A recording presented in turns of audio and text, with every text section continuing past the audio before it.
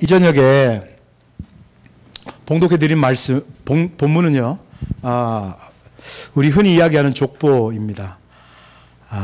제가 이 본문을 잡은 이유는 사실은 룻기 전체가 흘러오는 마지막 그 목표점이 바로 오늘 이 족보에 있기 때문에 그렇습니다.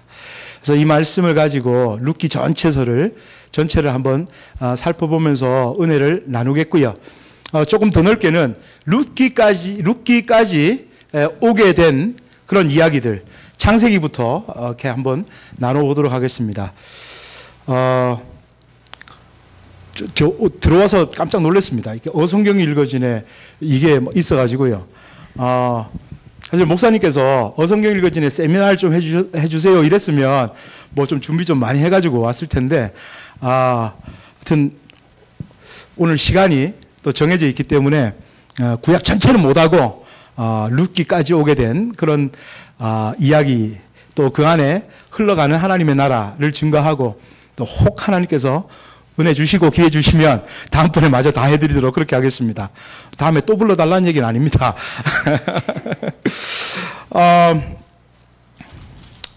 룻기까지 오기까지 창세기부터 어떤 이야기가 흘러가는가.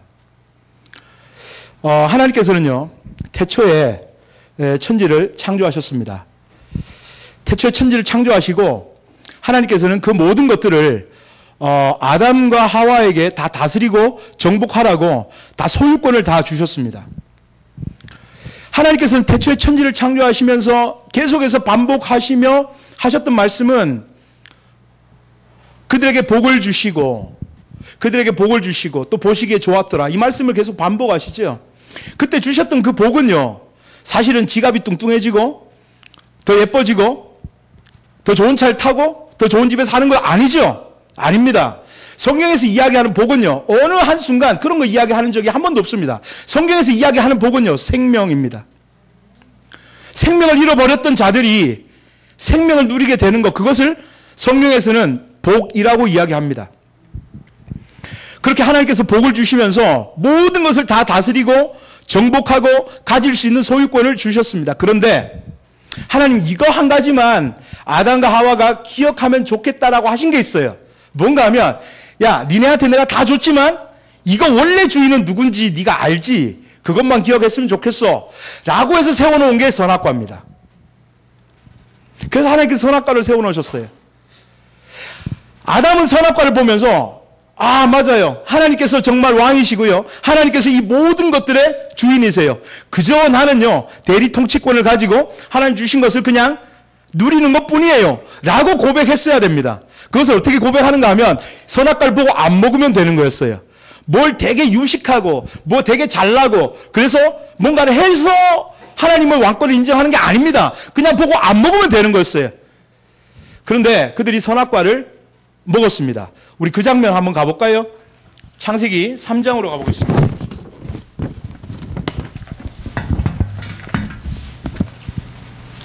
창세기 3장에서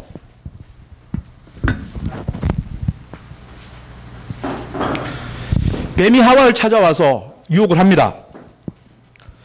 3장 1절에 그런데 뱀은 여호와 하나님이 지으신 들짐승 중에 가장 간교하니라. 뱀이 여자에게 물어 이르되 하나님이 참으로 너희에게 동산 나무의 열매를 모든 나무의 열매를 먹지 말라 하시더냐. 그러니까 여기서부터 뭔가 유혹이 시작되는 거예요. 그렇죠? 모든 거 다 먹지 말았어? 이렇게 물어봅니다.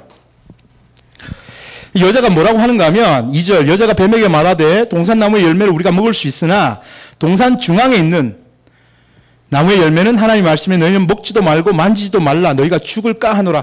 여기서부터 뭔가가 단추가 잘못 껴져 있어요. 먹지도 말고 만지도 말란 말씀 안 하셨습니다. 대신 반드시 죽으리라고 하셨는데 죽을까 하노라 이러고 있어요. 이런 말씀은 정말 정확하게 잘 알고 계셔야 됩니다. 이상하게 이렇게 왔다 갔다 하면요 사단의 공격받기 십상입니다. 그랬더니 이 사단이 그 틈을 딱 차고 들어가는 거예요. 아니야, 너 먹어봐.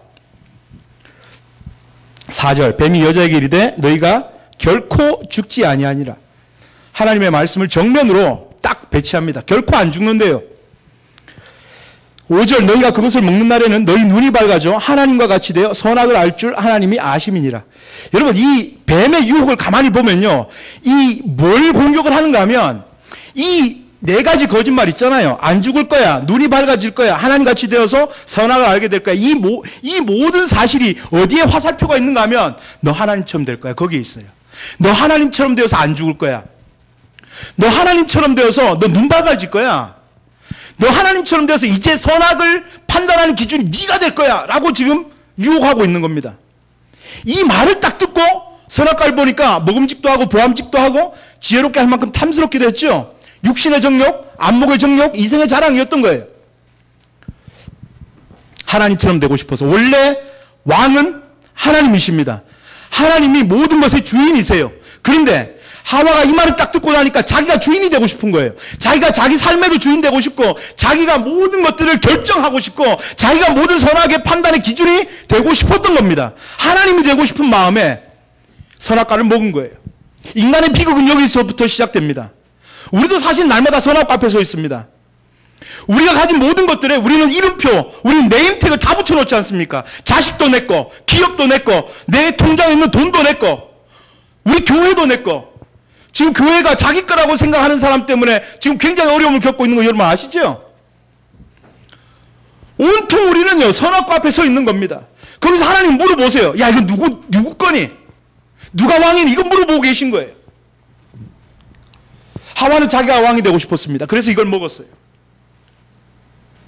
이후로 사실은요 성경책이요 창세기 1장과 2장이면 충분했습니다. 더 이상 필요가 없었어요. 하나님께서 다 창조하시고 복을 주셨고 그렇게 선악과를 보면서 안 먹으면서 하나님이 왕이세요 그렇게 인정했으면 그 동산에서 영원히 행복하게 살았다고 창세기 1장 2장 끝. 성경은 필요가 없어요. 근데 창세기 3장부터 요한계시록 22장까지 이 두꺼운 말씀이 필요했던 이유는요 선악과를 먹은 인간을 구원하시려는 하나님의 전적인 사랑과 은혜 때문에 이만큼이 생기게 된 겁니다. 선악과 나무 아래서 인류는 두 계열로 쫙 나눠집니다. 4장에 가면 가인과 아벨 나오죠. 가인의 제사는 안 받으셨고요 아벨의 제사는 받으셨습니다. 왜 그러셨을까요? 우리는 그 단서를요 히브리서 11장 4절에서 찾을 수가 있습니다. 아벨은 믿음으로 제사를 드렸대요. 그 얘기는 가인은 믿음으로 제사를 드리지 않았대요. 여러분 믿음이란 게 뭐죠? 우리의 온 삶의 무게를 하나님께 다 기대는 겁니다.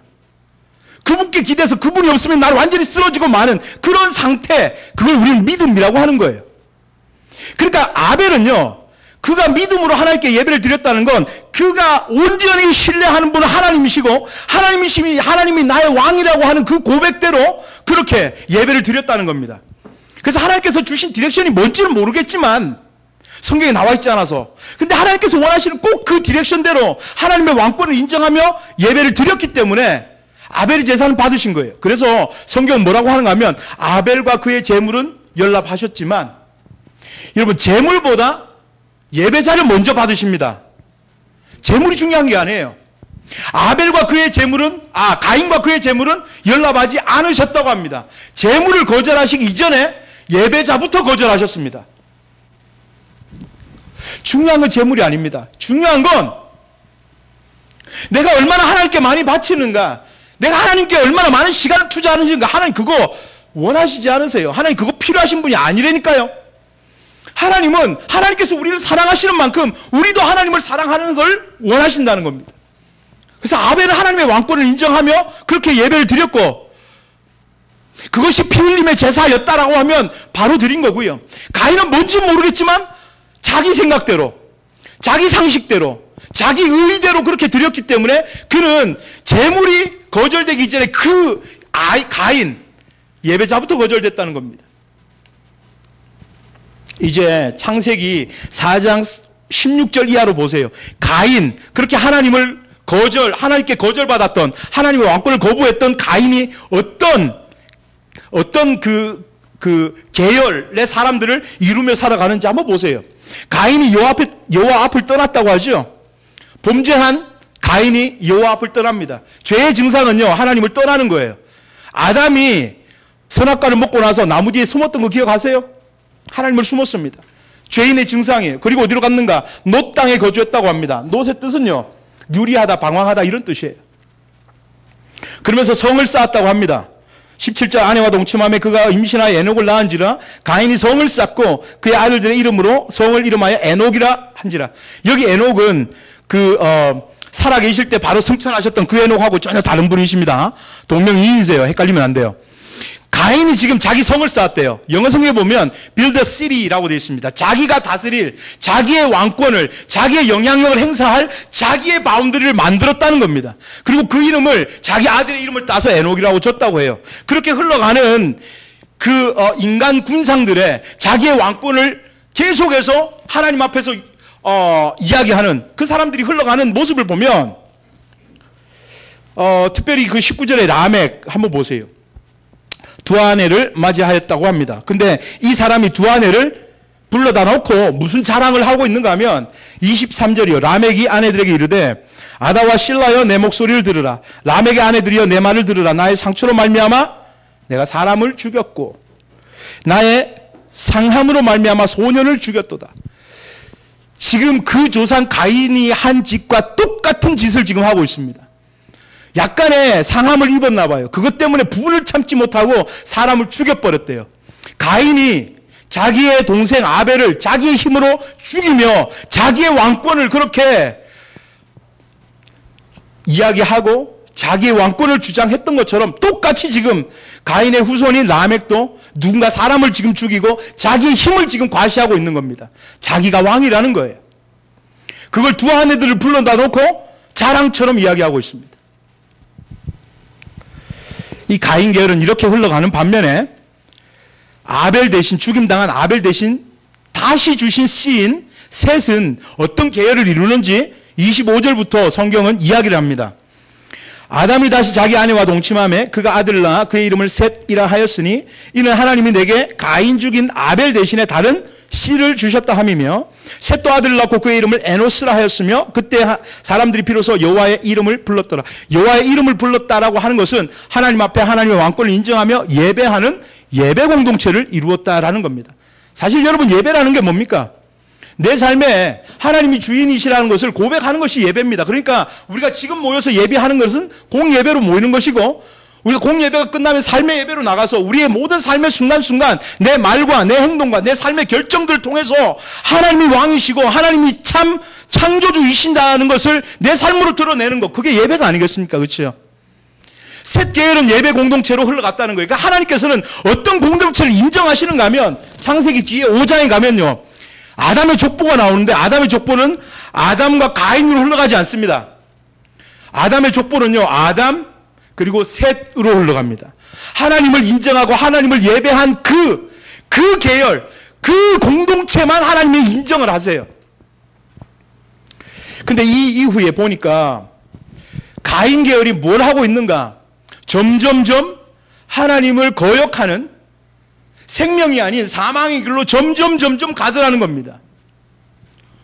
그래서 성경은요, 하나님의 사람들이, 하나님의 아들들이 사람의 딸들과 섞였기 때문에, 그러니까 셋 계열 사람들이 가인 계열과 섞였기 때문에 거룩하게 구별되어서 하나님을 예배해야 될 사람들이 오히려 세상 사람들, 가인 계열, 세상 사람들의 그런 쾌락과 세상 사람들의 가치와 세상 사람들의 그 논리를 쫓아가서 그들과 섞여버렸다는 거예요. 그걸 6장에서 고발하고 있습니다. 그것 때문에 하나님께서는 심판하실 수밖에 없었어요. 그래서 노아 홍수가 일어났죠. 노아 홍수 이후에도 똑같습니다. 이제는 하나님께서 제2의 창조를 하신 것처럼 이제 노아 가족만 남았어요. 근데 노아 가족만 남았는데도 이 노아 가족 뒤에 삐쭈시 뭐가 나오는가 하면 꼭 가인 계열과 셋 계열처럼 nimrod이라고 하는 한 사람이 등장하고, 이 사람이 뒤에 바벨탑을 쌓게 되는 장본인이 됩니다. 창세기 10장 한번 보실까요? 창세기 10장은 노아의 족보입니다. 누가 낳고인데요. 그런데 족보를 보다가 어딘가 모르게 딴 사람들보다 조금 더 이야기하는 사람이 있어요. 그 사람은 요 주위의 인물입니다. 뭔가 하나님께서 하실 말씀이 있기 때문에 조금 더 말씀하시는 거예요. 10장 1절부터 보면 누가 누굴 낳고 누가 누굴 낳고 계속 낳고 해요. 그런데 8절부터 보면 한 사람의 이야기를 조금 많이 합니다. 구스가 또 니므롯을 낳았대요. 그는 세상의 첫 용사고 그가 하나님 앞에 용감한 사냥꾼이 되어 속담에 이르기를 아문은 여호와 앞에 니므롯과 같이 용감한 사냥꾼이로다 하더라. 이 사람의 이야기를 조금 길게 하고 있습니다. 근데 이 이야기가 좋은 이야기일까요? 나쁜 이야기일까요? 하나님 앞에 용감한 용사하고 사냥꾼이라는 얘기가 이거 별로 좋은 얘기 아닙니다. 하나님 앞에 자기 힘을 과시하고 있다는 거예요. 꼭 가인처럼. 그래서 그가 자기 조상들이 했던 것처럼 그 가인 계열로 흘러내려오는 그것이 지금 타고 내려와서 하나님께서 심판하셨는데도 노아 이후에 또 나타난 거예요. 뭘 했는가 하면 가인이 했던 거하고 똑같은 거 합니다. 10절 그의 나라는 그가 나라를 세웠대요. 어디에 있는가? 시날 땅의 바벨과 이렇게 시날 땅 바벨에 가서 자기 나라를 세웠는데 11장에 딱 가니까 바벨탑 사건을 딱 하나님께서 이야기하더라는 거예요. 그럼 바벨탑은요, 하나님의 자리에 올라가고자 하는 인간의 탐욕과 욕망이 쌓아 올린 결과물인 것입니다. 4절 한번 보세요. 11장 4절. 또 말하되 성읍과 탑을 건설하여 그 탑 꼭대기를 하늘에 닿게 하여. 이게 무슨 말이에요? 하나님의 자리에 올라가고 싶다는 겁니다. 우리 이름을 내고 하나님의 이름이 아니라 자기들의 이름을 내고 싶다는 거예요. 그래서 똘똘 뭉쳐서 살자는 겁니다. 여러분, 이 가인 계열로 흘러가는 사람들의 인류 일반 역사를 가만히 보니까 하나님을 거역하는 방향으로 계속 나아가고 있더라는 겁니다. 그래서 하나님께서는요, 이 땅에 저들도 하나님께서는 악인이라고 지옥불에서 그렇게 고통받는 거 하나님 원하지 않으십니다. 하나님은 모든 사람이 구원에 이르는 걸 원하시는 거예요. 그래서 이 가인 계열이라고 할지라도 어떻게 하면 쟤네들을 생명의 자리로 어떻게 하면 옮겨 앉히지? 라는 하나님의 그 구원 계획, 그 구원의 작전이 이 땅에서 실현되는 작전이 실행되는 그 지점이 창세기 12장이에요. 하나님께서는요, 하나님의 나라를 세우시려고 작정하십니다. 아브라함 한 사람을 통해서. 여러분, 창세기 12장 한번 보세요. 여호와께서 아브라함에게 이르시되 너는 너의 고향과 친척과 아버지의 집을 떠나 내가 내게 보여줄 땅으로 가라. 내가 너로 큰 민족을 이루고 내게 복을 주어 내 이름을 창대케 하리니 너는 복이 될지라. 이렇게 말씀하세요. 자, 지금은요, 우리가 고등학교 사회 시간 때 배운 내용들을 조금 이제 기억을 좀 해내야 됩니다. 여러분, 국가의 3대 요소가 뭐죠? 크게. 주권, 주권. 또, 국민, 땅, 영토. 요 세 가지입니다. 제가 이렇게 집회를 다녀보면 이렇게 대답 잘 하시는 분들 드물어요. 수준이 있으신 것 같아요. 국민과 영토와 주권입니다. 하나님께서는요, 12장 1절과 2절 안에 하나님께서는 아브라함 한 사람 선택하셔서 하나님께서 국민도 만드시고 그 하나님의 그 주권, 그것도 말씀하시고 땅도 주실 것을 말씀을 하세요. 이제 눈 크게 뜨고 한번 보세요. 12장 1절 다시요. 여호와께서 아브라함에게 이르시되 너는 너의 고향과 친척과 아버지의 집을 떠나 내가 내게 보여줄 어디로 가래요? 땅으로 가랍니다. 영토 주시겠대요. 2절 내가 너로. 그 주권이 누구에게 있답니까? 국민에게 있는 거 아니에요. 주권 하나님께 있는 거예요. 그 주권을 가지신 하나님이 다스리시는 나라가 하나님의 나라예요. 그 다음 너로 큰 민족을 이루게 해주시겠답니다. 국민 주시겠대요. 국가의 3대 요소를 말씀을 하세요. 그런데 중요한 것은요, 이렇게 하나님께서 하나님의 나라를 세우시는 목적이 있을 거 아니에요. 그냥 괜히 심심하니까 만드시는 건 아니실 거 아니에요. 그 목적이 3절입니다. 너를 축복하는 자에는 내가 복을 내리고 너를 저주하는 자에게 내가 저주하리니, 여기서부터요, 땅의 모든 족속이 너로 말미암아 복을 얻을 것이니라 하신지라. 하나님께서 이 땅에 하나님의 나라를 세우시는 목적은요, 그 나라를 통해서 하나님께서는 그 하나님의 복, 생명을 열방에게 증거하고 열방에게 그 생명 나눠주기 위해서 그 목적으로 하나님의 나라를 세우신다는 겁니다.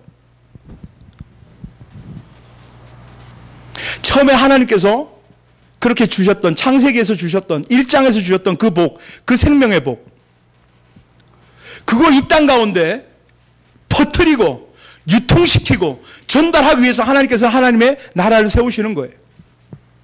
원래 하나님의 나라는요, 눈에 보이는 것이 아닙니다. 하나님의 나라는 원래 영토, 눈에 보이는 땅덩어리가 아니었어요. 하나님의 통치 개념이에요. 그러니까 하나님께서 다스리시는 심령이 하나님의 나라고요. 하나님의 다스림을 기뻐하는 교회가 하나님의 나라고, 하나님의 다스림을 기뻐하는 가정이 하나님의 나라인 거예요. 그런데 사람들이 아무리 얘기해줘봐도 못 알아먹으니까 하나님께서 이 땅에 눈에 보이는 하나님 나라의 샘플을 딱 세우시는데 그걸 국가로 세우실 작정이에요. 누구를 한 사람 선택하시는가 하면 아브라함 한 사람 선택하십니다. 그리고 창세기 12장 이후로 창세기 끝까지 50장까지는요. 어떻게 하나님의 열심으로 하나님 나라의 국민을 만들어 가시는가인 거예요.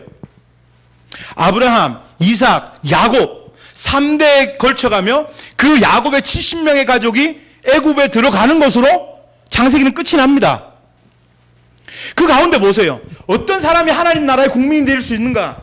하나님 그거 말씀하시는 거예요. 아브라함, 이삭, 야곱 거기에 얽혀진 많은 이야기들이 있습니다. 그런데 그 이야기들의 핵심은 이거예요. 불가능한 아브라함 같은 존재, 내가 내 능력으로 생명 주어 내가 내 나라 국민 만든다라는 거거든요. 아브라함 보세요. 나이가 많았습니다. 사라 보세요. 나이가 많았어요.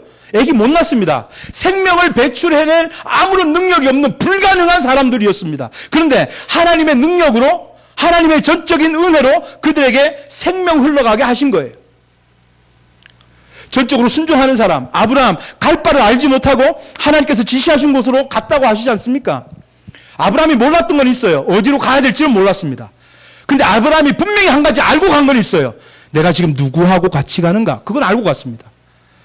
가나안 땅 들어갈 때까지 어디 가는지 몰랐을 거예요. 지시할 땅으로 가라고 했으니까 하나님 미리 가르쳐주지 않으세요. 왜요? 목적지를 알면 지 힘대로, 지 능력대로, 지 상식대로 갈 거니까. 날마다 매 순간 아침에 눈을 뜨면 하나님 오늘 어디로 가지요? 그럼 하나님께서 말씀해 주시는 그 말씀에 민감하게 듣고 있어야 됩니다. 아브라함은 어디로 갈지 몰랐지만 누구와 함께 가는지는 알고 있었습니다. 이런 순종의 사람, 기꺼이 이삭을 바칠 수 있는 그러한 순종의 사람, 그런 사람이 하나님 나라의 국민 되는 거예요. 신약적인 의미로 말씀드릴까요? 그런 사람이 구원받는 거예요. 이삭 같은 사람. 원래 자기가 죽어야 했지만 근데 자기 대신 수풀에 걸린 수양이 대신 이삭 대신 죽었기 때문에 이삭이 살았던 거예요. 대속의 은혜를 경험한 자, 그가 하나님 나라의 국민이라는 겁니다. 신약적인 의미로는요, 내가 십자가에서 죽어야 했지만 내 죄 때문에 예수님께서 그 십자가에서 내 죄를 대신해서 죽으셨다라는 그 대속의 은혜를 경험한 자, 아무리 예수님께서 죽으셨다고 해도 그것이 내가 믿지 않으면 그것이 오늘 나의 사건이 되지가 않습니다. 이삭과 같이 그 대속의 은혜를 경험한 자, 야곱 무슨 공로가 있습니까? 야곱 공로 하나도 없어요. 자기 잔머리 굴리면서 살아왔습니다. 근데 야복 강가에서 하나님 제대로 만나고 나서 이름이 바뀌었죠. 야곱, 속이는 자. 야곱, 자기 잔머리로 살아온 자가 아니라 지금부터는 이스라엘이 되는 거예요. 어떤 순간에도 하나님과만 대면해서 하나님과만 의논하고 하나님께만 의지하고 기대는 자, 그런 사람들. 야곱의 공로가 어디 있습니까? 순전히 하나님의 공로지요. 하나님의 전적인 은혜를 받은 자, 이런 사람들이 하나님 나라 국민 되는 거예요. 창세기 12장부터 50장까지는요. 그런 불가능한 사람들을 어떻게 하나님의 열심과 하나님의 끈질긴 추적과 하나님의 포기하지 않으시는 열심으로 그들을 하나님 나라 국민 만들어내는가에 대한 온통 그런 이야기로 가득 차 있는 겁니다. 아브라함이 대단한 분 같죠? 맞습니다. 대단한 분이시죠. 근데 아브라함이 가는 곳마다 한 걸 보면요, 우리하고 별반 다른 거 없어요. 예쁘게 생긴 사라 아내로 맞이하였다가 가가지고 와이프 팔아먹잖아요. 와이프 아니라고. 그런 모습들 보면요, 사실은 믿음의 조상 아브라함이라고 얘기하지만 그것은 사실은 그때까지 아브라함을 기다려주신 어쩌면 하나님의 믿음이었다는 겁니다. 믿음의 사람 아브라함을 만들어 가시기까지 끝까지 참고 기다려주신 하나님의 전적인 은혜라는 거죠. 그렇게 하나님께서는 야곱의 가족 70명을 애굽이라고 하는 인큐베이터에 딱 넣어서 430년이 지난 후의 이야기가 이제 출애굽기입니다. 창세기 국민 만들어졌습니다. 만들어진 그 국민을 시내산까지 데리고 내려오셔서 이제 그들에게 국민 두 가지 뭐 남았죠? 영토하고 주권 남았어요. 근데 주권이라고 하는 것, 다시 말씀드리면 파워가 누구에게 있는가? 통치 원리, 그분이 다스리는 통치 원리가 있는가? 이거거든요. 하나님께서는 그렇게 만들어진 국민 70명의 야곱의 가족이 430년 지나고 나니까 장정만 60만 3,550명이 된 거예요. 합리적인 추산으로 200에서 250만 명이 된 겁니다. 국가급의 인구가 됐어요. 430년 동안 창세기부터 출애굽기 한 장 넘어갈 때 430년이라는 공백이 있지만 하나님이 침묵하신 것 같지만 그건 하나님의 침묵이 아니라 끝까지 그 상황에서도 하나님은 여전히 그들에게 관심이 있으셨고 하나님은 변함없는 신실하심으로 하나님의 언약을 이루어가고 계신 그러한 기간이었다는 겁니다. 사랑하는 여러분, 여러분들 삶의 순간마다 어쩌면 내가 정말 하나님 필요할 때 하나님은 안 계시는 것 같고 하나님 내 기도에 무관심하신 것 같고 응답하시지 않는 것 같지만 그 순간에도요 하나님께서는 여러분들에게 가장 좋은 것을 주시기 위해서 하나님은 신실하게 하나님의 열심으로 땀을 뻘뻘 흘려가며 하나님의 약속을 이루어가고 계심을 믿으시기 바랍니다. 하나님 한 번도 여러분들 포기하신 적이 없으세요. 그걸 이스라엘이라고 하는 이 사람들 통해서 보여내고 계십니다. 그렇게 만들어진 국민을 시내산으로 내려오게 하셔서 그들에게 주권, 법, 그 통치 원리를 주신 겁니다. 근데 그게 십계명인 거예요. 우리 출애굽기 한번 넘어가 볼까요? 출애굽기 19장 20장 봅시다.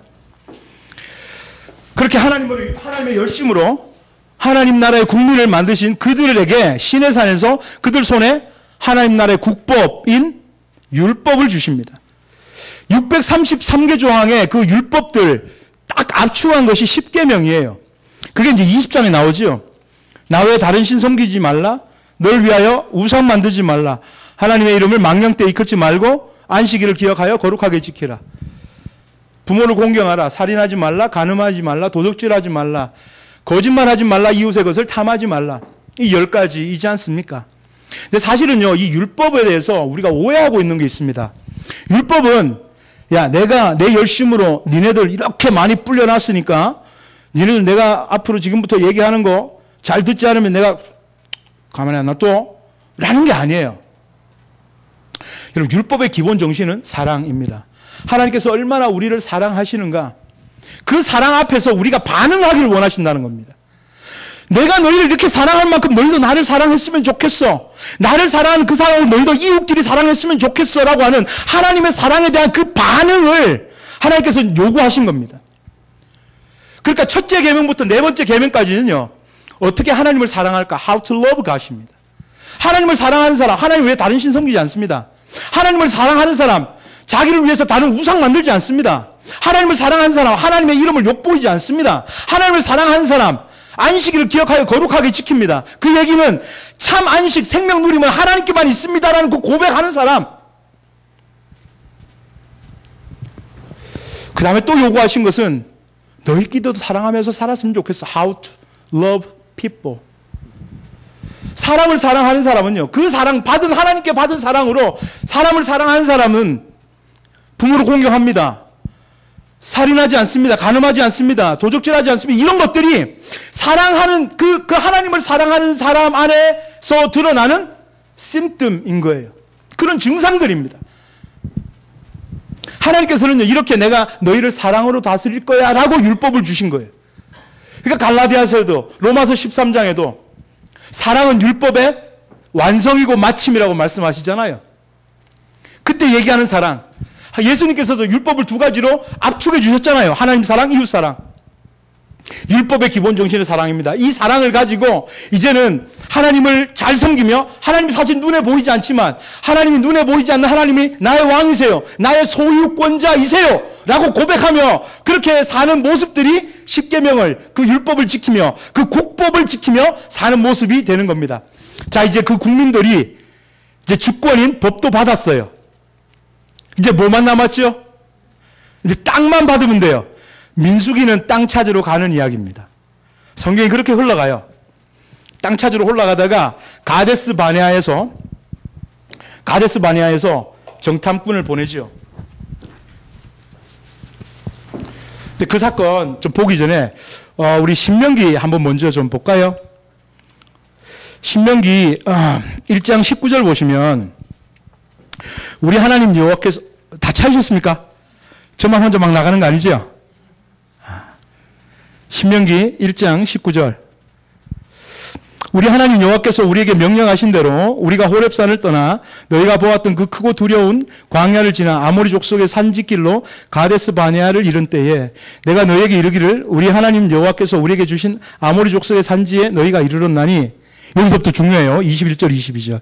너희의 하나님 여호와께서 이 땅을 너희 앞에 두셨은즉 너희 조상의 하나님 여호와께서 너희에게 이르신 대로 올라가서 차지하라. 두려워하지 말라. 주저하지 말라. 이렇게 한즉 22절 너희가 다 내 앞으로 나와 말하기를 우리가 사람을 우리보다 먼저 보내어 우리를 위하여 그 땅을 정탐하고 어느 길로 올라가야 할 것과 어느 성읍으로 들어가야 할 것을 우리에게 알리게 하자 하기에, 여기서부터 지금 냄새가 슬슬 나요. 하나님께서 야, 내가 다 준비해놨어, 그냥 올라가, 그냥 가면 그 땅 차지하면 돼 라고 했으면 그들은 하나님을 신뢰하고 하나님께 그 생각과 사상과 경험과 모든 것들을 하나님께 모든 그 무게를 의지하여 하나님께 순종하며 나아갔으면 그 땅 찾으면 되는데, 사람이 뭐라고 했는가 하면 하나님 그래도 한번 좀 봤으면 좋겠는데요. 그거 하나님께서 말씀하신다고 그거 다 우리 땅 되라는 보장이 있는 것도 아니고 우리가 가가지고 어디로 길로 가야 될지 한번 좀 통밥을 재보고 갔으면 좋겠습니다. 이렇게 이야기하는 거예요. 하나님께서는 그마저도 하라고 또 얘기하세요. 그래서 이제 다시 민수기 13장으로 와보겠습니다. 그래서 하나님께서는요,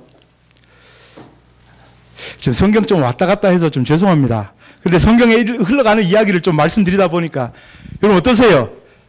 성경에 흘러가는 이야기 재미있습니까? 네. 성경은 재미있는 거예요. 거룩한 재미.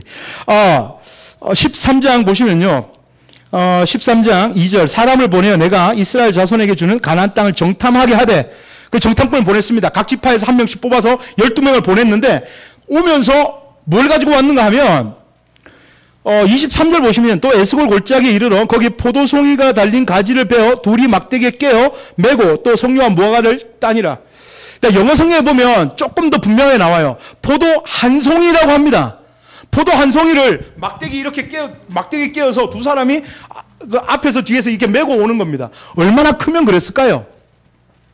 정말 하나님께서 들여보내시고자 한 그 땅은 정말 젖과 꿀이 흐르는 땅인 게 분명한 거예요.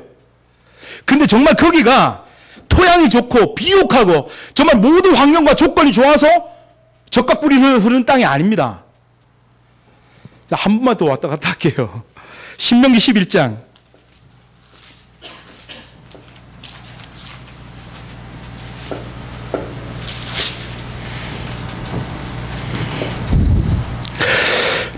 신명기 11장 10절부터 11절 요 두 절을요, 우리 누가 한번 좀 읽어 주시겠습니까?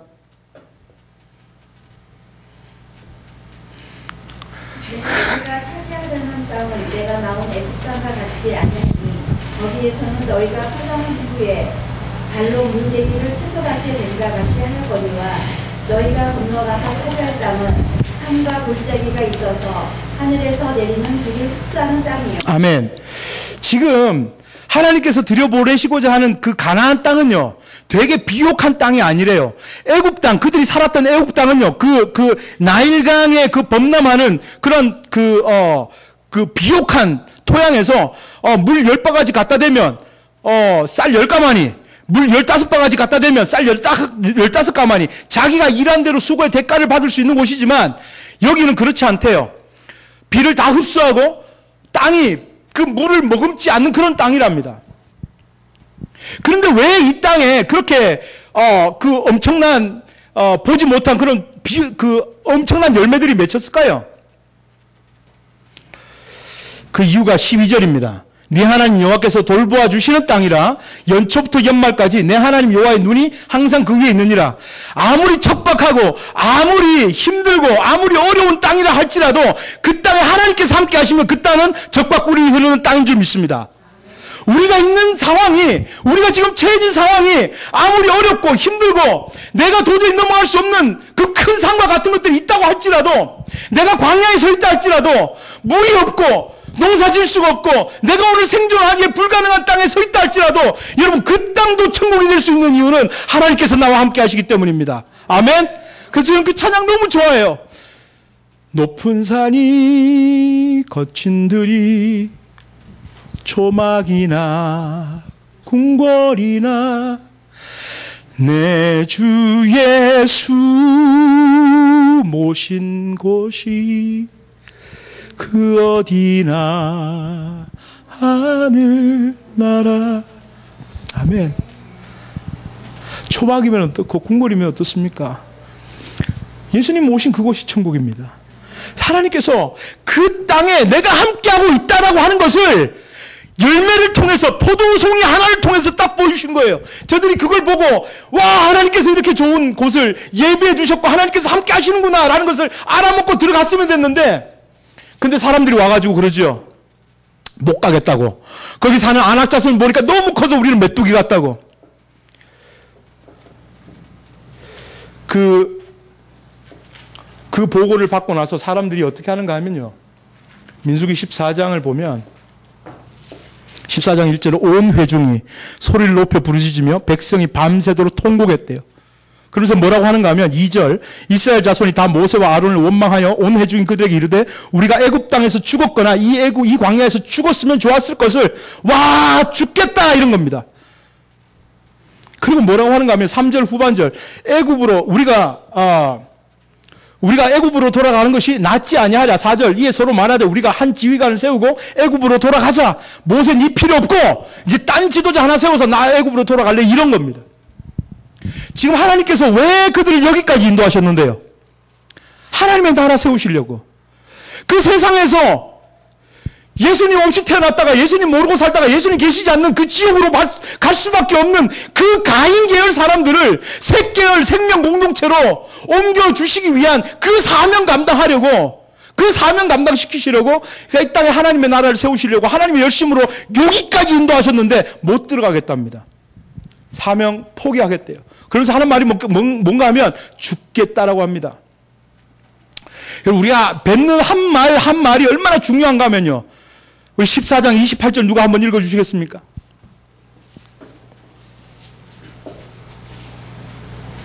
민수기 14장 28절이요. 아무도 안 읽으시면 제가 읽습니다.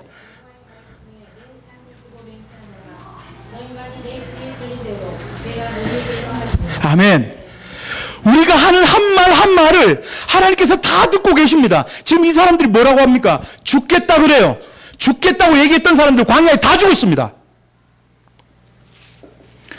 33절 34절, 너희의 자녀들은 너희 반역 죄를 지고 너희의 시체가 광야에서 소멸되기까지 40년을 광야에서 방황하는 자가 되리라. 너희는 그 땅 정탐한 날 수인 40일에 하루를 1년으로 쳐서 그 40년간 너희의 죄악을 담당할지니 너희는 그제야 내가 싫어하면 어떻게 되는지를 알리라 하셨다 하라. 사명 감당하기 포기한 그 사람들 광야에서 죄다 죽었습니다. 죽겠다고 이야기했던 사람들 그 입술의 열매를 받아서 다 광야에서 죽었습니다. 40년 광야의 비밀이 여기에 있는 거예요. 길이 멀어서 40년 아닙니다. 사명 감당하기 포기했던 사람들, 이 얘기를 듣고요, 하나님께서 모세한테 뭐라고 하시는가 하면, 모세야, 나 이 백성들 내가 어째까지 참으랴. 내가 이 백성들 그냥 전염병으로 싹 다 죽여버리고 모세 니하고 내가 다시 언약 맺어서 너하고 다시 국민 만들어서 내가 그 국민 데리고 다시 나라 세울 거야 라고 합니다. 그때는 모세가, 하나님 그렇게 하지 마세요. 딴 사람들이, 딴 나라들이 하나님께서 우리를 여기까지 인도하셨다는 거 다 알고 있는데 여기서 광야에서 이 사람들 다 죽으면 우리를 인도하신 하나님께서 힘이 없어서 그 백성 다 죽게 했다고 그렇게 하나님 욕하지 않겠습니까? 하나님의 이름을 봐서라도 하나님 제발 좀 살려주세요. 모세가 그렇게 탄원합니다. 그랬더니 하나님께서 오케이. 그럼 내가 싹 지금 다 죽이진 않겠어. 근데 내가 이 사람들 죽겠다고 얘기했던 광야 1세대들 내가 광야에서 다 죽기까지 기다릴 거야. 그래서 40년이었습니다. 가데스 바네아 고기 똥 뺑글뺑글 38년을 돌아다닌 거예요. 38년 동안 뭐 했을까요?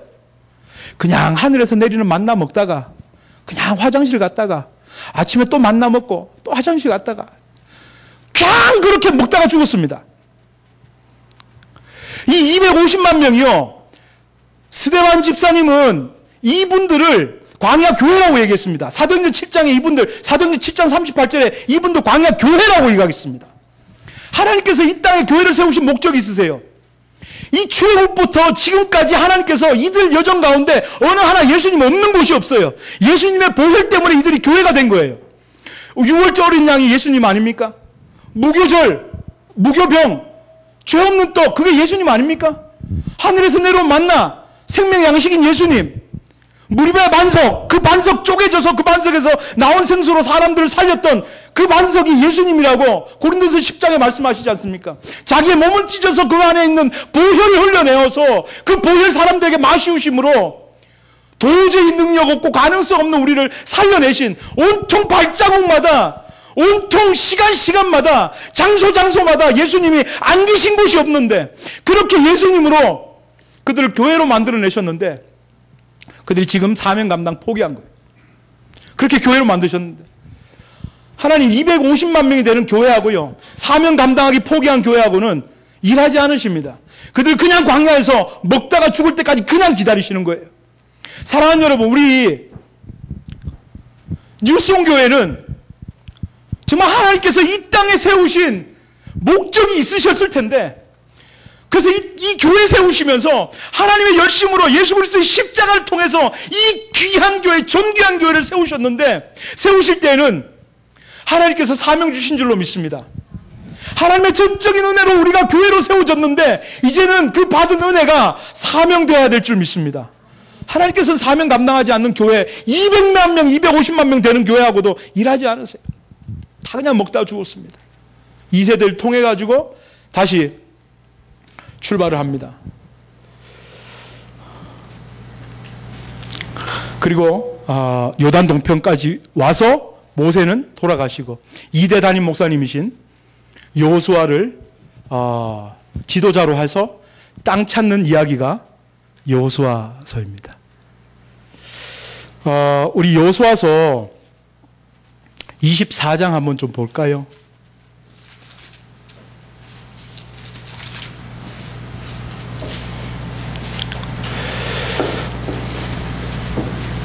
여호수아서 24장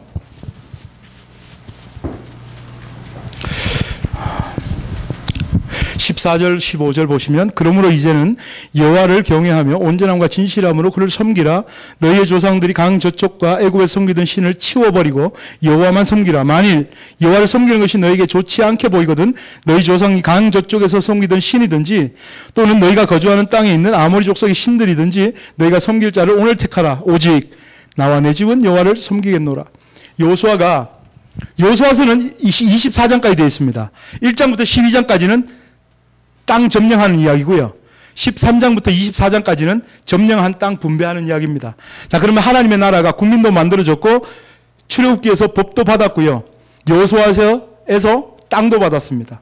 그럼 이들이 이제 하나님의 나라의 모양새가 딱 갖춰졌으니까 이들이 하나님께서 주신 법, 그 율법, 그 십계명 잘 지키며 하나님 눈에 보이지 않지만 하나님을 왕으로 섬기며 그렇게 사랑하고 이웃들을 사랑하며 살면 그 나라는 하나님께서 이 세상에 복을 유통시키는 출애굽기적인 단어로 말씀드리면 제사장 나라가 되는 거예요. 제사장은 죄 없는 의로우신 하나님과 죄 있는 인간들 사이에서 그 둘을 연결시켜주는 역할을 하는 게 제사장입니다. 앞으로 이 나라는 제사장 나라가 될 거예요. 의로우신 하나님 앞에 죄 있는 인간들을 연결시키는 역할, 축복의 통로가 될 예정입니다. 그런데 그렇게 하나님을 잘 섬기며 살았으면 되는데 어떻게 살았나? 그것을 폭로해 주는 책이 사사기입니다.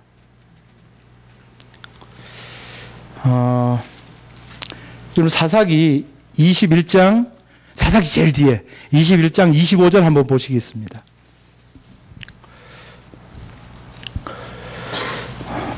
사사기 21장 25절 우리 다 함께 읽어볼까요? 시작. 그때에 이스라엘에 왕이 없으므로 사람이 각기 자기 소견에 옳은 대로 행하였더라. 사사기는요, 맨 그런 사이클의 반복입니다. 하나님께 죄 지으면 하나님께서 사사 세우셔서 그들 구원하시고 나면 하나님 감사합니다 이러고, 그러고 나서는 또 죄 짓고, 그럼 하나님께서 딴 나라를 사용해서 징계하시면 하나님 죽겠어요 살려주세요 이러면은 하나님께서 사사 세우셔서 그들 구원해 주시고 하나님 감사 이러놓고 나서는 또 죄 짓고, 계속 이런 사이클이 반복입니다. 그런 사회를 한마디로 요약한 것이 사사시대 딴 얘기 없어요. 그냥 그 시대를 한마디로 딱 요약한 거, 한 줄 요약한 것이 25절이에요. 그때 이스라엘에 왕이 없으므로 각기 백성이 자기 소견에 옳은 대로 행하였더라. 그때 왕이 없었습니까? 있어요. 눈에 보이진 않지만 하나님이 왕이세요. 근데 하나님이 왕권을 거부한 거예요. 자기가 왕이라는 겁니다. 자기 소견에 옳은 대로 행했던 그런 시절이었습니다. 그래서 사람들이 뭐라고 하는지 아세요? 이 사사시대에 사무엘상 8장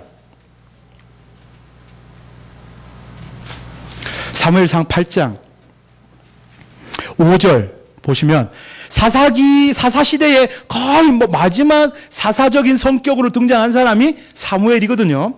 사람들이 사무엘한테 뭐라고 하는지 한번 보세요. 8장 5절 그에게 이르되 보소서. 사람들이 이제 사무엘한테 얘기하는 거예요. 당신은 늦고 당신의 아들들은 당신의 행위를 따르지 아니하니 모든 나라와 같이 우리에게 왕을 세워 우리를 다스리게 하소서 한지라. 하나님은 그 나라 세우시면서 다른 나라들이 그 나라 바라보며 이스라엘 바라보며 야, 저 나라는 왜 저렇게 복을 받지? 하나님 섬기는구만. 우리도 하나님 섬길까? 이런 나라가 되도록 세우셨는데 이 나라가 도리어 세상 나라 지금 따라가고 있다는 겁니다. 창세기 6장에서 이야기하던 하나님의 아들들이 사람의 딸들의 아름다움을 보고 결혼하며 섞인 거하고 똑같은 지금 그런 상황인 거예요. 왕 달라는 겁니다. 하나님이 왕이신데. 7절 보세요. 여호와께서 사무엘에게 이르시되 백성이 네게 한 말을 다 들으라. 이는 그들이 너를 버림이 아니요 나를 버려 자기들의 왕이 되지 못하게 함이니라. 이 사람들이 지금 하나님을 왕으로 취급을 안 한 거예요. 하나님 필요 없다고요. 다른 나라들처럼 우리도 인간 왕이 세워져서 그 인간 왕이 우리를 좀 보호하고 그렇게 우리를 잘 다스렸으면 좋겠다라고 이야기하는 겁니다. 율법도 필요 없고 하나님도 다 필요 없다는 겁니다. 저 같으면 이런 상황에 나라 엎어버릴 것 같아요. 그런데도 하나님께서 제 개인적인 얘기를 해서 그렇지만요, 제가 생긴 걸 보세요. 좀 많이 놀게 생겼죠. 옛날에 많이 놀았습니다. 그런데도 하나님께서 끝까지 기다리시고 참으시고 여기까지 인도하신, 그러니까 어떤 제 친구가 그러더라고요. 니를 보면 하나님의 살아계심이 정말 느껴진다고. 하나님께서는요, 그럼에도 불구하고 끝까지 포기하지 않고, 우리 모든 사람들의 삶이 그렇지 않습니까? 하나님께서 끝까지 포기하지 않고 여기까지 인도하신 거예요. 그럼에도 불구하고 아직도 포기하지 않으시는 겁니다. 그래서 하나님께서요, 왕 달라고 하는 그 사람들에게 정말 하나님을 잘 섬기는 모델 왕이 되는 한 사람을 끄집어내는 이야기가 바로 룻기라는 겁니다. 오늘 봉독해드렸던 룻기 4장 18절부터 22절 보면 그 족보가 누구로 끝나죠? 마지막에 다윗으로 끝납니다. 그래서 뒤에 오는 사무엘 상하는요, 죄다 다윗 이야기예요. 사무엘 이야기 조금 해요. 근데 그 사무엘은 다윗 데려오기 위한 사람이었어요. 사무엘 상은 다윗이 왕이 되기 전까지 이야기, 사무엘 하는 다윗이 왕이 되고 난 후의 이야기인 거예요. 자, 지금 창세기부터 여기까지 이렇게 흘러왔습니다. 그런 상황에 지금 하나님께서 룻기를 통해서 우리에게 주시는 또 은혜가 있다는 거죠. 오늘 그거 좀 룻기 전체 좀 살펴보고 우리 한번 기도하기를 원하는데요. 룻기 1장부터 한번 보겠습니다. 룻기 1장 1절 사사들이 치디하던 때에 그 땅에 흉년이 드니라. 유다 베들레헴의 한 사람이 그의 아내와 두 아들을 데리고 모압 지방에 가서 거류하였는데 그의 이름은 엘리멜렉이요 그의 아내 이름은 나오미요 그의 두 아들의 이름은 말론과 기련이니 유다 베들레헴 에브랏 사람들이더라. 여러분 베들레헴의 뜻은요 떡집이라는 뜻입니다. 베들레헴의 뜻은 떡집입니다. 우리는 이제 다 알아요. 그때 그 사람들은 몰랐을지 몰라도 우리는 떡, 성경에서 떡 이렇게 이야기하면 그게 뭔지 다 압니다. 뭐죠? 하나님의 말씀. 우리는 떡 이러면 다 알아요. 하나님의 말씀인 거예요. 베들레헴은 떡집이었습니다. 하나님의 말씀이 있는 곳, 하나님께서 계시는 곳, 하나님께서 다스리시는 곳. 근데 지금 말론과 기련이 지금 먹고 사는 문제 때문에 그 베들레헴 떡집을 떠난 거예요. 하나님의 말씀을 떠났습니다. 이 시대가 어떤 시대인가 하면 룻기 시대가 어떤 시대인가 하면요. 사사시대입니다. 그 엽기적인 시대. 하나님의 왕권을 거부했던 시대. 그때 기드온 어간쯤의 이야기가 바로 룻기거든요. 떡집을 떠난 하나님의 말씀을 떠난 인간들의 실존의 끝이 어딘가를 룻기는 지금 폭로하면서 시작합니다. 그렇게 모압 땅으로 이민을 갔습니다. 이민 가고 나서 어떤 일이 있었는가? 3절 나오미의 남편 엘리멜렉이 죽고 5절 말론과 기련 두 사람이 다 죽고. 여러분 룻기는요 이렇게 장례식으로 시작합니다. 죽음으로 시작하고 떡집을 떠난 인간들의 실존이 어떤지에 대해서 폭로하면서 시작합니다. 근데 오늘 우리가 봉독했지만 4장 마지막 룻기 제일 마지막에는 족보로 끝나면서 누가 죽고 이렇게 끝납니까? 아니죠. 누가 누굴 낳고 누가 누굴 낳고 누가 누구 어떤 생명을 낳고 어떤 생명을 낳고 이렇게 끝이 나더라는 거예요. 하나님을 떠난 인간들의 실존이 죽음이라는 것을 폭로하시며 마지막에는 하나님의 전적인 은혜로 그들을 살려내시고 그들에게 생명 흘려 보내주실 것, 회복시켜 주실 것을 말씀하시며 룻기는 끝난다는 겁니다. 룻기 처음은 사망과 룻기 마지막은 생명으로 끝이 나요. 이 중간에는 어떤 사건이 있을까요? 죽음이 그 종착역일 수밖에 없었던 우리의 상황과 지금 천국의 그 생명을 누리는 이 삶을 살고 있는 그 중간에 무슨 일이 있었습니까? 예수 그리스도의 십자가 사건, 그거 하나밖에 없었어요. 그 예수 그리스도의 십자가 사건이 나의 사건이 되는 그 순간 우리는 사망에서 생명으로 옮겨진 겁니다. 그러니까 지금 룻기 1장하고 룻기 4장 사이에는 어떤 사건이 필연적으로 나와야 되겠죠? 예수님의 십자가 사건이 필연적으로 나와야 됩니다. 2장 보시면요. 1장에 나오미가 19절에 이제 돌아옵니다. 베들레헴으로 돌아와요. 그렇게 그들이 정말 먹고 사는 문제 때문에 사람들이 이야기하는 이게 가치 있다라고 하는 그것을 쫓아서 그렇게 이민 갔던 사람들, 세상 사람들이 이야기하는 그런 가치 있는 것, 그런 존귀한 것, 그런 귀한 것이라고 하는 그걸 따라 쫓아갔던 사람들이 그렇게 죽음으로 끝이 나는 그런 상황들. 사실 여러분 오늘 세상 사람들이 그렇게 죽고 목매고 그렇게 그것 때문에 아둥바둥하면서 살아가는 그 모든 것들 있지 않습니까? 그것이 학위가 됐건 명예가 됐건 돈이 됐건 뭐가 됐건 간에 여러분 그것이 한순간에 쓸모 없어지는 순간이 반드시 옵니다. 주님 앞에 섰을 때 그거 다 쓸모 없어요. 그걸 쓸모 없어질 것을 위해서 오늘도 우리는 그렇게 아둥바둥 살아가는 거예요. 그것 때문에 살아갔던 사람들의 이 실존이 이렇게 됐다는 것. 그러나 하나님께 두 손 들고 돌아왔을 때 하나님께서는 묻지도 않고 따지지도 않고 마치 탕자가 돌아왔을 때 아버지께서 상거가 먼데도 아버지께서 달려가서 그를 끌어안고 그 입을 맞추고 그걸 했던 것처럼 여러분 생각을 해보세요. 상거가 뭘까 그럽니다. 저기쯤 오고 있었겠죠. 집 나갈 때는 부잣집 둘째 아들이었어요. 퉁퉁해서 이렇게 나왔겠죠. 돌아왔을 때는 그 돼지 우리에서 돼지들과 함께 돼지가 먹는 것조차 못 얻어먹은 그런 온 머리, 온 옷, 온 그 자기 몸이 돼지의 오물로 얼룩지고 떡이 져서 아마 그렇게 돌아왔을 거예요. 사람들은 몰라봐도 아버지는 알아봅니다. 내 아들이다.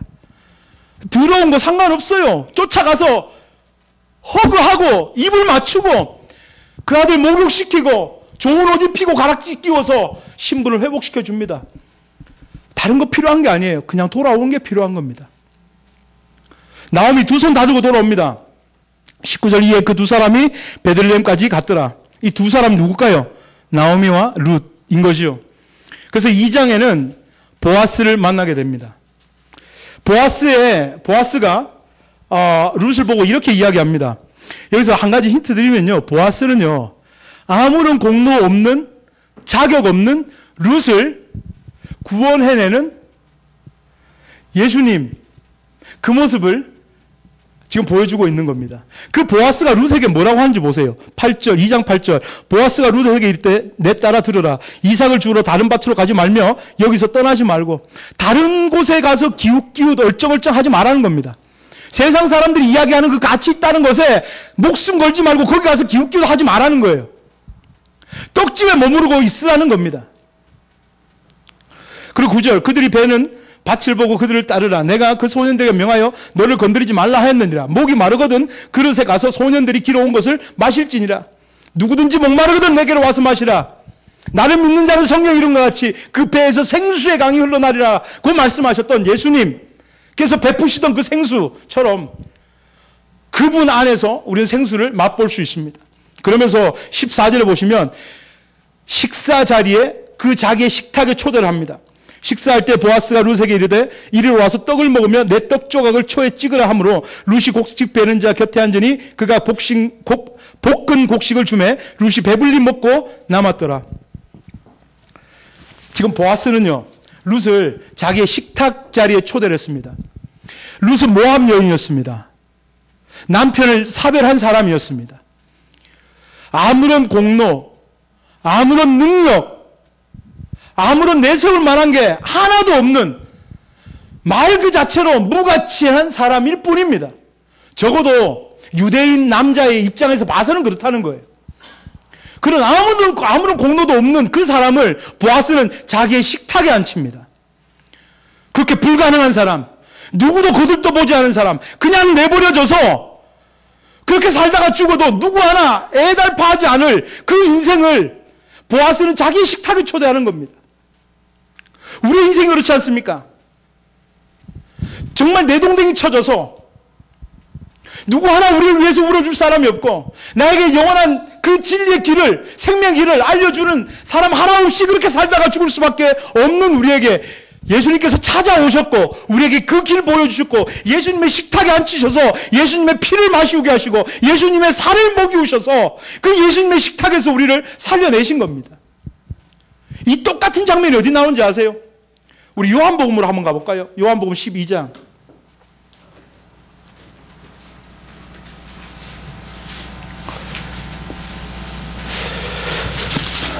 요한복음 12장 1절에 2절 보시면 6월절 엿새 전에 예수께서 베다니에 이르시니 이곳은 예수께서 죽은 자 가운데서 살리신 나사로가 있는 곳이라. 거기서 예수를 위하여 잔치할새 마르다는 일을 하고 나사로는 예수와 함께 앉은 자 중에 있더라. 나사로는 어떤 사람인가 하면요, 그는 죽었다가 나흘이 지났고요, 이제 죽어서 그 시체에서 썩은 냄새가 풀풀 나던 살아날 가능성이 1도 없었던 사람입니다. 근데 그 사람이 단 한마디에 살아났어요. 예수님께서 그 무덤 앞에 서서 나사로야 거기는 네가 있을 자리가 아니야. 내가 너에게 찾아왔어. 나사로야 나오너라. 이 한마디 때문에 나사로는 살아났어요. 이 시체가 일어났다니까요. 여러분 우리는 예수님 앞에서요 우리의 믿음이 너무나 쪼그라들 때가 많습니다. 여러분 우리가 봤을 때는요 아픈 사람 고치는 것보다 죽은 사람 살리는 게 더 어려워 보이죠? 이해가 되세요? 아픈 사람 고치는 게 쉽겠습니까? 죽은 사람 살리는 게 쉽겠습니까? 아픈 사람 고치는 게 쉽겠죠? 그건 우리 생각이에요. 예수님께 똑같은 일이에요. 말씀 한마디로 일어난 거예요. 썩어서 냄새나는 그 시체 덩어리가 예수님의 말씀 한마디에 벌떡 일어나서 나오는 겁니다. 그렇게 불가능했던, 그렇게 살 가능성이 하나도 없었던 무리와 같은 그런 냄새나던 그 죄덩어리, 죄장아치였던 우리, 그래서 실존의 그 끝이 무덤일 수밖에 없었던 우리를 예수님께서 말씀 한마디로 우리 친히 찾아오셔서 말씀으로 살려내시고 나서 그를 예수님의 잔치자리에 앉히신 겁니다. 이 장면이에요. 나사로는 예수와 함께 앉은 자 중에 있더라. 이걸 사도 바울은 뭐라고 표현하는지 아세요? 우리 에베소서 2장 5절 6절 누가 한번 좀 읽어주시겠습니까? 허물로 죽은 우리를 그리스도와 함께 살리셨고 너희는 은혜로 구원을 받은 것이나 또 함께 일으키사 그리스도 예수 안에서 함께 하늘에 앉히시고. 아멘. 죄와 허물로 죽었었대요. 나사로처럼. 근데 예수와 함께 일으키셔서 예수 안에서 함께 하늘에 앉히셨답니다. 꼭 나사로와 같은 우리를 그렇게 예수님의 식탁 자리에 앉히셨다라고 지금 사도 바울도 이야기하고 있는 겁니다. 이렇게 지금 룻은요, 아무런 공로가 없는 그런 상황에 보아스의 전적인 은혜로 그의 식탁 자리에 초대를 받은 겁니다. 그리고 나서 3장에 가면 이제 보아스와 룻의 아주 알콩달콩한 사랑의 이야기가 나옵니다. 뭐 좀 긴 이야기지만 좀 짧게. 그때는 계대 결혼이라는 게 있었어요. 제가 형이고, 제 남동생이 있는데, 제가 결혼을 했는데, 제가 아이가 없이 제가 죽었으면, 제 동생은 제 아내를 자기 아내로 맞아들여서, 자식을 낳을 그 의무가 있었습니다. 그 하나님께서 제정하신 약자 보호법이거든요. 그래서 그럼 그걸 계대 결혼이라고 하는데, 그 룻에게는, 보아스가 가까운 친족이었는데 보아스보다 조금 더 가까운 친족이 있었습니다. 그래서 보아스가 그래요. 야, 나보다 너하고 조금 더 가까운 친족이 있는데 걔가 포기하면 내가 너하고 같이 결혼할 거야 라고 이야기합니다. 그러면서 그 보아스는 그 약속을 이루기 위해서 얼마나 최선의 노력을 하는지 4장 1절부터 6절에 기록되어 있습니다. 자, 이렇게 보아스는 최선을 다해서 그의 사랑을 성실히 이루어 갑니다. 예수 그리스도의, 신랑인 예수 그리스도의 우리를 향한 성실하신 사랑. 성경은 예수님을 신랑이라고 하고 우리를, 교회된 우리를 신부라고 하죠. 사실은 인류 최초의 신랑과 신부의 모습이 창세기에 기록되어 있지 않습니까? 그렇죠? 창세기 우리 다 돼갑니다. 창세기 우리 2장 보시면요. 창세기 2장 보시면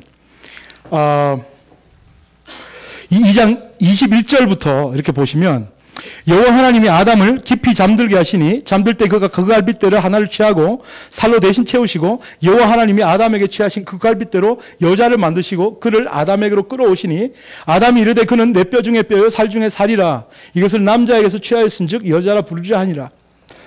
하나님께서 아담을 만드시고 나서 아담이 잠들었을 때에 아담 옆구리에 손을 쑥 넣어가지고 갈빗뼈를 하나 꺼내서 여자를 만드셨습니다. 하와를. 저는 이 장면을 읽으면서 이런 생각이 들었었어요. 왜 하나님 두 번 일을 하셨을까? 그렇잖아요. 모든 것을 알고 계신 하나님이라면 아담 만드실 때 흙 두 주먹 해서 주물주물하고 이렇게 했으면 아담과 하와 쑥 만들어질 거 아니에요. 그렇죠?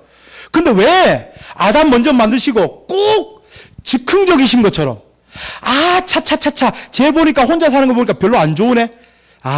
여자친구 하나 만들어줄까? 이렇게 하신 것처럼 꼭 즉흥적으로 하신 것처럼 이렇게 하와를 만드셨을까요? 왜 두 번 일을 하셨냐고요? 하나님은 실수가 없으신 분이십니다. 맞습니까? 하나님은 모든 계획, 영원 전부터 영원 후까지 모든 것을 계획하시고 섭리하고 계신 분이 맞으십니까? 그러면 하와를 만드신 것도 우연히 즉흥적으로 만드신 게 아닌 거죠. 질문 드립니다. 중요한 질문이에요. 아담 혼자 에덴 동산을 걸어 다니고 있을 때, 그러니까 하나님께서 잠들게 하고 나서 옆구리에 손 넣어가지고 갈비뼈 꺼내기 그 바로 전에 아담 혼자 뿔뿔뿔 돌아다니고 있을 때 사실은 에덴 동산에 사람이라고 생겨먹은 건 몇 명이었을까요? 아담 하나였겠죠. 근데 아담 혼자 다니고 있을까요? 잘 생각해 보세요. 하나님께서 몇 번 갈비뼈인지는 우리는 모르겠지만 하나님께서 분명히 아담을 만드실 때 우리는 모르지만 하나님께서만 아시는 그 몇 번 갈비뼈를 특정하셔서 아 얘는 내가 하와 만들어야지 라고 하셨을까요? 안 하셨을까요? 이 대답이 희미해지면 제가 좀 곤란해집니다. 모든 것을 아시는 하나님께서 모든 것을 섭리하셔서 모든 것을 하나님의 계획대로 이루어 가시는 하나님께서 아담을 만드실 때 그 특정한 갈비뼈를 하와를 만들어야지라고 계획하시고 만드셨을까요? 안 만드셨을까요? 하셨겠죠. 그러면 사실 아담 혼자 돌아다니고 있지만 아담과 더불어서 하와도 지금 돌아다니고 있는 거예요. 그렇죠? 이게 기가 막힌 하나님의 삼위일체, 하나님의 형상과 모양대로 만드셨다고 했을 때에 하나님의 형상은 하나님의 성품, 그 사랑이고요. 하나님의 모양은 하나님의 존재 방식이에요. 삼위일체. 기가 막힌 삼위일체의 모습을 우리 안에 넣어놓으셨다고요. 하나인 것 같지만 사실 둘이 돌아다니고 있었어요. 근데 더 기가 막힌 건 뭔지 아세요? 24절에 보시면 그러므로 남자가 부모를 떠나 그의 아내와 합하여 둘이 한 몸을 이룰지니라. 지금 하와 딱 끄집어내고 나서 그들이 정말 사랑하며 알콩달콩 살았어요. 그랬더니 그 둘을 어떻게 보셨대요? 둘로 보셨대요? 하나로 보셨대요. 둘인 것 같지만 하나. 하나님의 그 삼위일체, 기가 막힌 삼위일체로 존재하시는 하나님의 형상과 모양을 우리에게 다 넣어주셨답니다. 근데 더 중요한 것은요, 아담이 하와를 딱 보고 뭐라고 했는가 하면 내 뼈 중에 뼈요, 살 중에 살이라 그랬어요. 이게 무슨 얘기인지 아세요? 야, 네 뼈도 내 뼈고 네 살도 내 살이구만. 이런 얘기입니다. 원래 니는 내 안에 있었고 나도 니고 니도 나구만. 이런 얘기입니다. 이거 엄청난 사랑 고백입니다. 요즘 젊은 친구들 표현으로 한번 해볼까요? 내 안에 니 있다잉? 이런 거예요. 그렇잖아요. 너는 나다 한 겁니다. 얼마나 대단한 사랑 고백이에요. 너의 뼈도 내 뼈고 너의 살도 내 살이고 너의 생명의 가치는 그렇기 때문에 나의 생명의 가치만큼이야 라고 고백한 것이 아담의 사랑 고백입니다. 엄청난 사랑 고백이에요. 그렇기 때문에 이 신랑은 신부를 위해서 기꺼이 죽는 것도 마다하지 않을 수가 있는 거예요. 그러니까 에베소서에 보면 남편들은 아내를 사랑하라고 하죠. 아내들은 남편에게 복종하라고 하고요. 뭐가 어려울까요? 복종하는 거 별로 어렵지 않습니다. 제가 남편이라서 그런 얘기 하는 거 아니에요. 복종하는 거 별로 어렵지 않아요. 시킨 대로 하면 돼요. 근데 어려운 건 사랑하는 게 어려워요. 왜냐하면 그리스도께서 교회를 위하여 죽은 것처럼 하라고 했으니까 사랑할 때는 죽어야 되는 거예요. 엄청난 사랑 고백입니다. 네 가치는, 네 영혼의 가치는 내 영혼의 가치만큼이고 네 생명의 가치는 내 생명의 가치만큼이야 라고 신랑인 아담이 신부에게 그렇게 고백한 거예요. 이 사랑 고백이에요. 하나님께서는요, 이 아담과 하와를 만드시는 장면을 통해서 우리한테 말씀해 주고 싶은 게 있으셨던 거예요. 신랑이신 예수님께서 신부인 교회를 향해서 어떤 마음을 가지고 계시는가를 보여주시는 겁니다. 신랑인 예수님께서 우리를 향해서 너는 내 뼈 중에 뼈요, 살 중에 살이다. 너의 가치는 나의 가치만큼이다. 네 생명의 값은 내 생명의 값하고 똑같다고 말씀하신 거예요. 어디서요? 십자가에서. 만약 예수님이 자신의 생명값을 우리의 생명값보다 훨씬 더 우월하게 그렇게 여기셨다면 절대로 못 죽으십니다. 믿지는 장사잖아요. 근데 예수님께서는 너희의 생명값이 내 생명값하고 바꿀 만큼 너무나 소중하고 가치 있어 라고 여겨주셨기 때문에 기꺼이 십자가에서 우리를 위해서 죽으실 수가 있으셨다는 겁니다. 그 십자가 사건을 통해서 그렇게 모압에서 태어나서 남편 사별한 그 여인으로 살아갈 수밖에 없었던 실패한 인생이 될 수밖에 없었고 그의 인생이 저주거리와 그의 인생이 손가락질을 평생 받으며 살 수밖에 없었던 무능하고 아무것도 아닌 그 룻을 통해서 생명이 흘러가고 다윗의 족보에 오르는 여인이 될 수 있었던 것은 순전히 그 2장 3장에 끼어있는 그 예수님의 모습을 보여주는 보아스 때문이라는 것입니다. 우리의 모습이 룻과 다를 게 하나도 없습니다. 오늘 이민 와서 살고 있는 우리의 모습들, 어렵고 힘들고 우리가 살아가는 삶 속에서는 우리가 예기치 않은 일들도 굉장히 많이 만납니다. 그럴 때마다 예수님께서는요, 뭐라고 하시는가 하면, 네가 지금 경험하고 있는 문제보다 넌 훨씬 더 큰 존재야. 내가 널 끝까지 놓지 않고 있다고 예수님 말씀하시는 거예요. 축복은요, 기근을 경험하지 않는 것이 축복이 아닙니다. 기근 가운데서도 하나님을 붙잡을 수 있는 것이 은혜고 축복입니다. 하나님의 은혜는요, 질병을 경험하지 않는 것이 아니에요. 하나님의 은혜는 질병 가운데서도 하나님을 더 붙잡을 수 있는 것이 하나님의 은혜인 줄 믿습니다. 하나님의 은혜는 나한테 실패가 오지 않게 하시는 게 하나님의 은혜가 아니란 말이에요. 실패 가운데서도 하나님의 섭리를 바라볼 수 있게 하시는 것이 하나님의 은혜란 말입니다. 우리는 그 은혜 가운데 살고 있습니다. 모든 것이 하나님의 은혜입니다. 하나님의 은혜 없이는 설명될 수 없는 인생이 바로 우리의 인생이더란 말입니다. 바로 룻의 인생이었고 오늘 저와 여러분들의 인생인 줄 믿습니다. 이 시간 우리 한번 기도하기를 원합니다.